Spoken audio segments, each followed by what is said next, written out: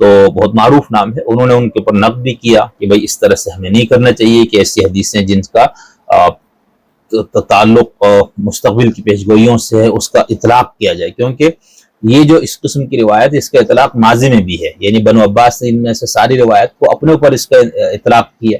یعنی محققین میں سے کچھ یہ بھی کہتے ہیں کہ ان سے بہت ساری حدیثیں گڑی ہوئی ہے. اور اس وقت بھی جو اس طرح کی تحریکیں چلی اور جو ایک سیاسی طور پر یہ سارے معاملات تھے، تو اس وقت بھی کافی گروہوں نے ان میں سے ایسے حدیثوں کو اپنے اوپر اس کا اطلاق کرنے کی کوشش کی کہ دیکھو اس میں جو کالے جھنڈوں والے ان کا ہے یہ ہم ہے. خاص طور پر بنو عباس وغیرہ کی پوری تحریک کو آپ تاریخ میں پڑھیں تو انہوں نے اس قسم کی بہت ساری روایت سے استدلال کی. ٹھیک ہے، تو سب سے پہلے میں نے آپ سے جیسے کہا کہ ہمارے ہاں امام احمد بن حنبل کی طرف بھی ایک بات منسوب ہے جس میں انہوں نے کہا کہ 3 قسم کی کتابوں کی کوئی اصل نہیں ہے، ان میں سے کتاب الملاحم بھی ہے. یعنی کوئی اصل نہیں ہے، اس مراد یہ کہ ان حدیثوں کے اوپر وہ نہیں کیا جا سکتا، یعنی وہ گڑی ہوئی حدیثیں ہیں. میں نے پھر ہمارے پاکستان کے ایک بہت بڑے شیعہ عالم آیت اللہ محمد جناب ڈاکٹر نیاز محمد حمدانی صاحب، جن کے بہت علمی کام ہے، ان کو ہم نے ایک سوال بھی بھیجا تھا یہ پوچھنے کے لیے کہ بھئی اس طرح کی روایات احمد بن حنبل وغیرہ سے جو یہ اقوال منسوب ہے، پھر ایسی روایتوں کی کیا حقیقت ہے. تو اس کو انہوں نے ایک جواب دیا. پہلے میں آپ کو سناتا ہوں، آڈیو کلپ ہے ان کی، یہ سنیں ڈاکٹر نیاز. السلام علیکم ورحمۃ اللہ وبرکاتہ. الملاحم والفتن کے موضوع پر جو احادیث ہیں ان کے بارے میں آپ نے پوچھا تھا، تو ان کے بارے میں عرض یہ ہے کہ اس باب سے متعلق احادیث ہوں یا دوسرے فقہی ابواب سے متعلق احادیث ہوں، ان سب کو ہم نے ایک ہی معیار پر رکھنا ہے.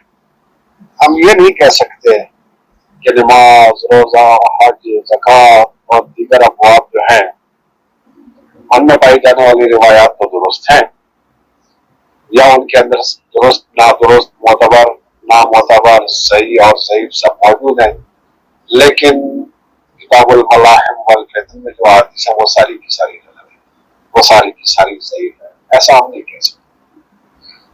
جس طرح سے فقہ کے دوسرے ابواب میں حدیث کو اپنے ایک سٹینڈرڈ پر رکھنا ہوتا ہے اور چیک کرنا ہوتا ہے کہ صحیح ہے یا ضعیف ہے، معتبر ہے یا نامعتبر ہے، اس چکر کی احادیث کو بھی اسی پیمانے کے اوپر اور اسی قسم کے اوپر رکھنا ہوگا اور پھر راتوں کو ان کا فیصلہ کرنا ہوگا.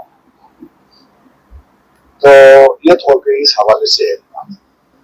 دوسری بات، ہمارے ہاں جو چیزیں عوام میں مشہور ہو جاتی ہیں، جو عوام کے اندر آ جاتی ہیں، عوام میں پھر ایک پرابلم یہ ہوتا ہے کہ وہ پھر سند کو اور صحیح اور ضعیف ہونے کو، معتبر و نامعتبر ہونے کو نہیں دیکھتے، بلکہ انہیں جو چیزیں اچھی لگتی ہیں، فیسینیٹنگ لگتی ہیں، جو چیزیں ان کی جذباتی تسکین کرتی ہیں، وہ چیزیں پھر ان کے اندر پاپولر ہو جاتی ہیں قطع نظر اس کے کہ وہ صحیح ہے یا ضعیف ہے، معتبر ہے یا نامعتبر. تو یہ چیز تمام فقہی ابواب میں اور ملاحم والفتن والی بات بھی اس کا اسی طرح سے اطلاق ہوتا ہے. پھر اس میں ایک اور پوائنٹ یہ بھی ہمیں ذہن میں رکھنا چاہیے کہ مسلمان کیونکہ مظلومیت کے دور سے گزر رہے ہیں، جہاں بھی دیکھیں انہیں مار پڑ رہی ہے، ایٹ لیسٹ پچھلے 100 سال سے جب سے یہ خلافت عثمانیہ ٹوٹی ہے اور جنگ افل اور جنگ عظیم لوگوں کے بعد مسلمان مفتوح اور پسماندہ اور کمزور ہو گئے ہیں، تو سارے مسلمانوں میں یہ احساس پیدا ہو رہا ہے کہ ہم ضعیف ہیں، کمزور ہیں. تو جب امام مہدی تشریف لائیں گے تو ہمارے حالات بہتر ہو گئے. اہل تشیع میں تو یہ پچھلی بہت صدیوں سے یہ ایک احساس محرومی، احساس مظلومیت، احساس ضعف یہ پایا جاتا ہے. جب کسی قوم میں مظلومیت کا اور اس قسم کا کمزوری کا احساس پیدا ہو جائے تو وہ کہتے ہیں نا ڈوبتے کو ڈوبتے کا سہارا. تو پھر جہاں بھی دنیا میں کہیں کوئی ظلم والا واقعہ ہوتا ہے تو پھر وہ جو کتاب البلا ہے میں کچھ نشانیاں دی ہیں ان نشانیوں کی تحقیق کر کے وہ پھر یہ نتیجہ نکالنے کی کوشش کرتے ہیں کہ بس یا تو دنیا ظلم سے بھری جا رہی ہے تو آپ ان واقعات کے بعد تو امام زمانے کا ظہور ہونا ہی ہونا ہے. تو یہ زیادہ تر لوگوں کی اپنی خواہشات ہوتی ہیں، وش فل تھنکنگ ہوتی ہے. اور دنیا میں پہلے بہت دفعہ اس قسم کے واقعات ہوئے جن کی بنیاد پر اس وقت کے لوگوں نے یہ امید مان دی تھی کہ اب امام زمانے کا ظہور بس ہوا کیوں. اور آج کل بھی اسی طرح کے حالات چل رہے ہیں اور لوگ اس قسم کی خاص طور پر اہل تشیع ہوئے اس قسم کی سائیکی بنی ہوئی ہے اس کی بنیاد پر انالیسس کر رہے ہیں کہ بس امام زمان علیہ السلام کی ضرورت والا. اب اس قسم کے واقعات، اس قسم کے حوادث، اس قسم کے مظالم کی بنیاد پر کوئی اس قسم کا کوئی قاطعی فیصلہ نہیں دے سکتے کہ جناب بس اب اس واقعے کے بعد تو امام زمان علیہ السلام کی ضرورت ہو. اور معاشرت کی بنیاد پر بعض شخصیات کے حوالے سے بھی لوگ دیکھتے ہیں کہ کچھ مخصوص عناصر ہوتے ہیں جو اپنی پسندیدہ شخصیات کے بارے میں بعض احادیث اور روایات کر رہے ہوتے ہیں اور وہ بھی خلاف حقیقت ہوتی ہے. یہ اس موضوع کے بارے میں بھی مختصر معلومات تفصیل میں اگر بات کریں تو بہت لمبی ہو جائے گی. مختصر یہ جو تو یہ ڈاکٹر صاحب آیت اللہ ہے، یعنی ایک عالم آدمی جب بات کرتا ہے اس طرح کے موضوعات تو آپ کو اس کا انداز دیکھیں، یعنی چونکہ وہ اصولوں سے واقف ہوتا ہے، حدیث کے حوالے سے اس کی اوپر جو بحثیں ہیں محدثین کی، فقہاء کی، متکلمین کی، اصولین کی، اس کو ان سب چیزوں کا علم ہوتا ہے تو ان سب کو سامنے رکھ کے بات کرتا ہے. ٹھیک ہے. جبکہ ہمارے یہاں جو عروہ مقبول جان صاحب اور اس ٹائپ کے جو لوگ ہوتے ہیں یا ساحل صاحب اور ایسے لوگ یا جو سوشل میڈیا پہ اس طرح کی روایتیں نشر کرنے والے تو وہ ایک عوامی اس میں، یعنی آپ کو اس کی تمام جہاد کا اور اس کا علم یا ہوتا نہیں ہے یا ہوتا ہے تو آپ اپنی خواہش اور تمنا کے مطابق اس کو پیش کر رہے ہوتے. تو یہ ایک فرق آپ دیکھ لیجئے گا. اسی طرح ابھی جب موجودہ یہ سب کچھ ہوا تو اس پہ عروہ مقبول جان صاحب کی ایک اور ویڈیو آئی تھی، میں پہلے آپ کو سناتا ہوں، پھر ان کی جو 2014 15 16 17 میں یا بلکہ 2015 کی جو ان کے ایک دو کالم ہے اس کا میں ذکر کرتا ہوں، اور پھر اس کا ایک شیعہ ویب سائٹ پہ اس کا کیا جواب دیا گیا وہ میں آپ کو تھوڑا سا سناتا ہوں، پھر خورشید ندیم صاحب کو اس کا تبصرہ تھوڑا سا بتاتا ہوں، اور پھر میں ایک اور روایت کی طرف جاؤں گا جو کہ انقلاب ایران کے حوالے سے بھی کہا جاتا ہے کہ بتایا گیا تھا کہ حضرت امام جعفر، امام موسیٰ کاظم علیہ السلام اور پیغمبر اسلام، یعنی ان تینوں نے بتایا تھا کہ ایران کے اندر جو انقلاب آئے گا، اسلامی جو انقلاب ہے یا خمینی صاحب کا جو انقلاب ان کے نام پہ ہوا، تو اس کا بھی ایک روایت میں اس کو بیان کیا گیا. پہلے آپ یہ اوریہ صاحب کی ابھی لیٹسٹ گفتگو ہے، یہ تقریباً 2 دن پہلے کی بات ہے یہ جو انہوں نے اس پہ گفتگو کی، ذرا سنیں. کہ جب کبھی جنگ ہوگی علیکم بالشام، یا تم شام کی طرف جانا یا تم یمن کی طرف جانا، اور آپ نے فرمایا ایمان ایمان تمہیں یمن میں ملے گا، کیونکہ وہی لوگ ہیں وہ اس وقت سب سے ایران سے بھی پہلے وہی کھڑے. صورتحال کیا بن رہی ہے آپ دیکھیں. 1400 سال پہلے جب رسول اللہ صلی اللہ علیہ وسلم نے آپ نے جب یہ حدیث کہی، یہ مسند احمد، ابو داؤد اور مصنف ابی شیبہ کی حدیث ہے، آپ نے فرمایا معاذ بن جبل کی روایت ہے، بیت المقدس عمران البیت المقدس. اب یہ عربی ترجمہ دیکھ لیجیے. عمران کا مطلب جو ہے دانتوں کی اسٹرینتھ کرو ریچارج، کولگیٹ کی کیلشیم کے ساتھ اسٹرانگ ٹیتھ اسٹرانگ یو. دوبارہ کسی چیز کا تعمیر ہونا، یعنی بیت المقدس وہ جگہ ہے کہ جس کو اللہ نے خاص طور پر مسجد اقصی کا نام، وہی ہیکل سلیمانی جس کو کہتے ہیں، اور ہمارے یہاں وہ مسجد اقصی ہی ہے. اکثر اوقات لوگ کنفیوز کرتے ہیں کہ نہیں بیت المقدس اقصی اور ہے، قرآن میں تو بات ہے سبحان الذی اسری بعبدہ لیلا من المسجد الحرام الى المسجد الاقصی.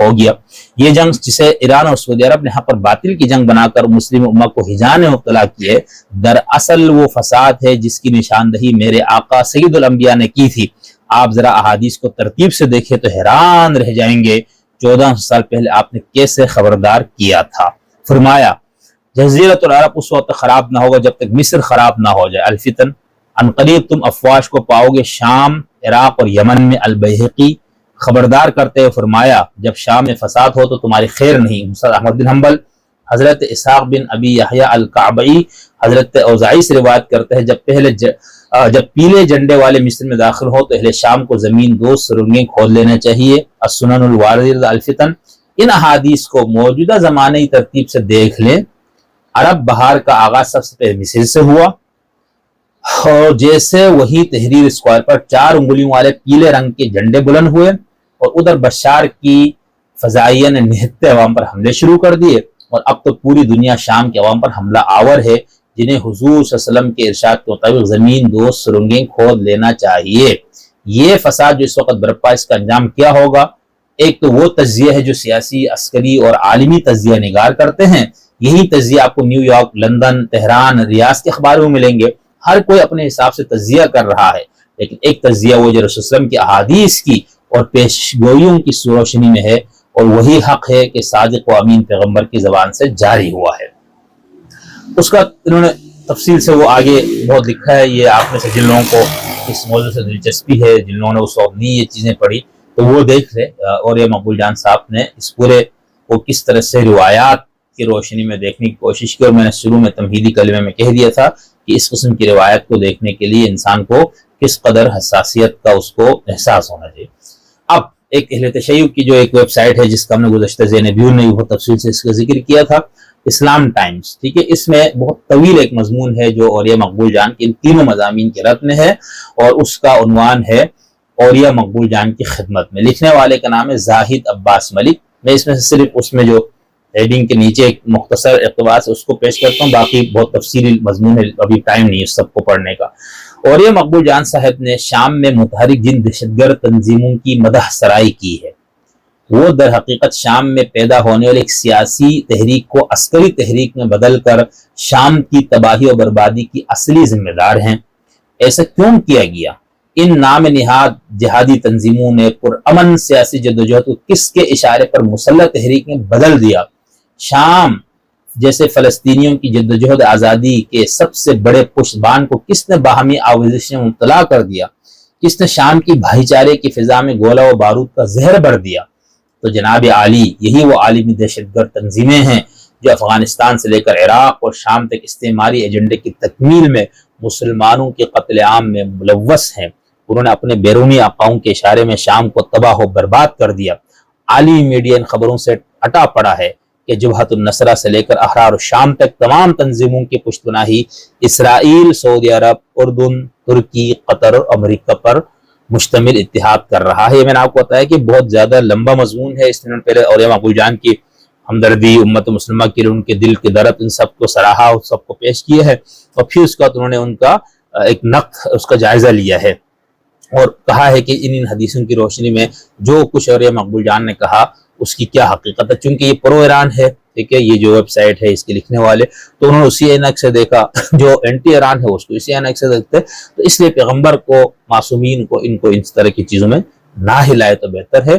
یہ علاقائی مفادات کی اور اس طرح کی جنگیں ہیں تو اس کو اسی پہ رہنا چاہیے۔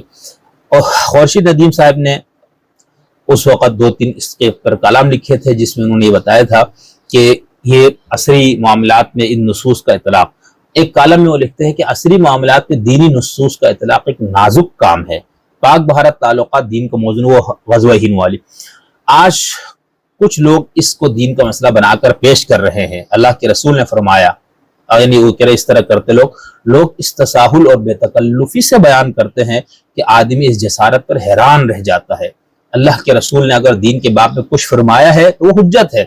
اس سے صرف نظر صرف ایک خیر سے محرومی نہیں، ایمان سے محرومی ہے۔ یہ کیسے ہو سکتا ہے کہ اللہ کے رسول دین کی کوئی بات بتائیں اور ایک مسلمان رد و قبول کے انتخاب میں الجھ جائے؟ معاذ اللہ۔ تاہم اللہ کے رسول نے فرمایا، یہ جملہ کہتے وقت ذمہ داری کا ایک بوجھ آپ کے سر پر ہوتا ہے۔ ایسا نہ ہوتا تو محدثین شب و روز اس کی نظر نہ کرتے، لاکھوں روایات سے چند ہزار کا انتخاب نہ کرتے، سنگ ریزوں کے انباء سے ہیرے نہ چنتے۔ حدیث کے باب میں اس امت کی روایت یہی رہی ہے۔ یہ انتخاب ایک مسئلہ تھا جس نے امت کو بخاری اور مسلم جیسی شخصیات عطا کی۔ مجھے حیرت ہوتی ہے کہ لوگ کتنی آسانی سے کوئی جملہ رسول سے منسوب کر دیتے ہیں، اور وہ بھی کسی سند کے بغیر۔ ٹھیک ہے، یہ ابھی جو سوشل میڈیا اور اس پہ جتنی حدیثیں شیئر ہوئی اور جس کا ہم نے شروع میں ذکر کیا، آپ دیکھ لیجیے۔ اس کے بعد انہوں نے بہت تفصیل سے اس پر بات کی ہے اور اس پہ کہ کس قدر اس میں ہمیں احتیاط کی ضرورت ہے۔ پھر انہوں نے غزوہ ہند کی روایت اور پاکستان کے عنوان سے ایک کالم، جس کے قسط نمبر 2 میں بھی انہوں نے اسی پہ بات کی ہے، اور اس میں وہ لکھتے ہیں کہ مجھے اس پر اصرار نہیں کہ ماضی میں لوگوں نے ان روایات کا جو مصداق تھے کہ وہ درست تھا، کل بھی یہ قیاس تھا، آج بھی قیاس ہے۔ دین قیاس پر نہیں، محکم بات اور یقین پر کھڑا ہے۔ جب لوگ غیر مصدقہ باتوں کو رسول اللہ نے فرمایا کے ساتھ بیان کرتے ہیں تو دراصل انہیں دینی سند دے دیتے ہیں۔ جب یہ باتیں غلط ثابت ہوتی ہیں تو ہماری یہ غلطی دین کی غلطی سمجھی جاتی ہے۔ اس لیے دین کے مسائل صرف خلوص نیت سے بیان نہیں ہو سکتے، اس کے لیے محکم دلیل کی ضرورت ہوتی ہے۔ میں نے یہ بتانے کی بھی کوشش کی ہے کہ جب لوگ یقین کے ساتھ ان روایت کا مصداق طے کرتے ہیں تو کیسے لاکھوں لوگوں کی جان و مال اور ایمان کو خطرے میں ڈال دیتے ہیں۔ مسلمانوں کی تاریخ میں بارہا یہ ہوا کہ چند واقعات پر ان روایت کو منطبق کیا گیا، لوگوں نے جان و مال کی قربانی دی مگر روایت میں کہی گئی کسی بات اور واقعے کا مصداق نہ بن سکے۔ مثال کے طور پر جب افغانستان میں سوویت یونین کے خلاف معرکہ آرائی جاری تھی یا جب طالبان آئے تو پھر ان روایات کا مصداق طے کیا گیا۔ میرے سامنے اس وقت ایک کتابچہ جہاد پاکستان سے ظہور مہدی تک رکھا ہے۔ یہ کتابچہ 2002 میں لکھا گیا۔ اس میں باب الفتن کی روایت کے اطلاق افغانستان پر کیسے کیا گیا ہے اور اس کے بعد کے ماہ و سال نے کیسے انہیں غلط ثابت کیا، اس بات کو میں اگلے کالم کے لیے اٹھائے رکھتا ہوں۔ تو یہ ساری چیزیں انہوں نے پھر اس کے بعد اگلے کالم میں انہوں نے اس کا تھوڑا سا ذکر کیا، اور اس میں شروع میں وہ لکھتے ہیں دور جدید نے باب الفتن اور ملاحم کی روایت کا زیادہ تر اطلاق افغانستان پر ہوا ہے۔ سوویت یونین کے خلاف مزاحمت سے لے کر طالبان کے ظہور تک مسلمانوں کو بتایا گیا کہ روایت میں قرب قیامت کے باب میں جو پیشگوئیاں کی گئی پیش گوئیاں ہیں، آج کا افغانستان اس کا مصداق ہے۔ اس سلسلے مضامین کے پہلے حصے میں نے جہاد افغانستان سے ظہور مہدی تک کے عنوان سے شائع ہونے والی کتاب کا ذکر کیا تھا۔ یہ ابو عبداللہ آصف نقشبندی کا مرتب کردہ ہے۔ 2002 سے 2005 تک اس کے 5 ایڈیشن شائع ہو چکے ہیں۔ اس کتابچے پر لاہور اور حاصل پور کے 5 مقامات کے پتے درج، یہ باقی انہوں نے پھر اس کو بہت تفصیل کے ساتھ بیان کیا۔ تو یہ میں نے سوچا کہ آپ کو ایک تو روایات جو ہے اس حوالے سے وہ کہاں پر اس کو بیان کیا، اور پھر وہ جو کالے جھنڈوں والی اس کو اہل تشیع کی ہاں بھی اس کو، جیسے میں نے آپ کو علی قرآنی کتاب کا حوالہ جس میں انہوں نے اس کا ذکر کیا ہے، لیکن اس کے مصداق میں علماء نے کوئی قدم نہیں اٹھایا۔ تو اس وقت اگر کوئی لوگوں نے اس کو امام خامنائی حفیظ اللہ کہ اس کا مصداق بنا کے اس کو شیئر کرنا شروع کیا، انہوں نے اس کو ہاتھ لیا، تو بہرحال اس لیے میں نے سوچا کہ آپ کو اس پورے بحث کا ایک تناظر ہمارے سامنے ہونا چاہیے۔ حدیث کی حیثیت، اہمیت، مقام، مرتبہ اور پیش گوئیوں سے متعلق 2 قسم کی روایات، ان کا اطلاق ماضی میں کیسے کیا گیا، لوگوں نے کس طرح کیا، اور اس میں کس قدر احتیاط کی ضرورت ہے۔ اس کے لیے پھر میں نے اسلام ٹائمز کے مضمون کا بھی آپ کو حوالہ دے دیا، اور یہ مقبول جان کے مضامین کا بھی دے دیا، خورشید ندیم کا بھی ایک اور روایت جو میں چاہ رہا تھا کہ آپ کو بیان کروں انقلاب ایران سے متعلق۔ اب یہ ایک کتاب ہے ہمارے پاس، ادیب الہندی صاحب کی کتاب ہے انقلاب ایران، ٹھیک ہے، یہ کتاب ہے ادیب الہندی انقلاب ایران، اور مختصر کتاب ہے یہ۔ تو اس کے اندر انہوں نے بالکل شروع میں ایک بات کی ہے، حدیثیں پیش کی ہے، ٹھیک ہے۔ لکھتے ہیں صفحہ نمبر 6 پر، پیغمبر اسلام امام جعفر صادق اور امام موسیٰ کاظم علیہ السلام سے یہ روایتیں نقل ہوئی ہیں۔ اب انہوں نے کئی روایتوں کو ایک ساتھ جمع کیا ہے۔ در حقیقت اس میں سے ایک جو روایت ہے وہ اس کا جو پہلا والا وہ بہار کے اندر ہے، باقی انہوں نے باقی کتابوں سے اس کے حوالے بھی انہوں نے آخر میں دیے ہیں، تو یہ انہوں نے اس کے اندر پیش کیے، ٹھیک ہے۔ میں اس حوالے سے سب سے پہلے میں اسی کتاب سے آپ کو پڑھ کے سناتا ہوں، اور پھر علی قرآنی صاحب کی کتاب سے بھی آپ کو اس حوالے سے کچھ پڑھ کے سناتا ہوں۔ اچھا، یہ ادیب الہندی صاحب لکھتے ہیں کہ پیغمبر اسلام امام جعفر صادق اور امام موسیٰ کاظم علیہ السلام سے یہ روایتیں نقل ہوئی ہے۔ کیا روایت ہے؟ سرزمین قم سے ایک شخصیت ظاہر ہوگی، بریکٹ میں انہوں نے عظیم لکھا ہے، جو لوگوں کو حق کی طرف دعوت دے گی۔ اس کے ساتھی ایسے افراد ہوں گے جو پہاڑوں کی طرح اٹل، میدان جنگ میں شجاعت کا مظاہرہ اور صرف خدا پر بھروسہ کرنے والے ہوں گے۔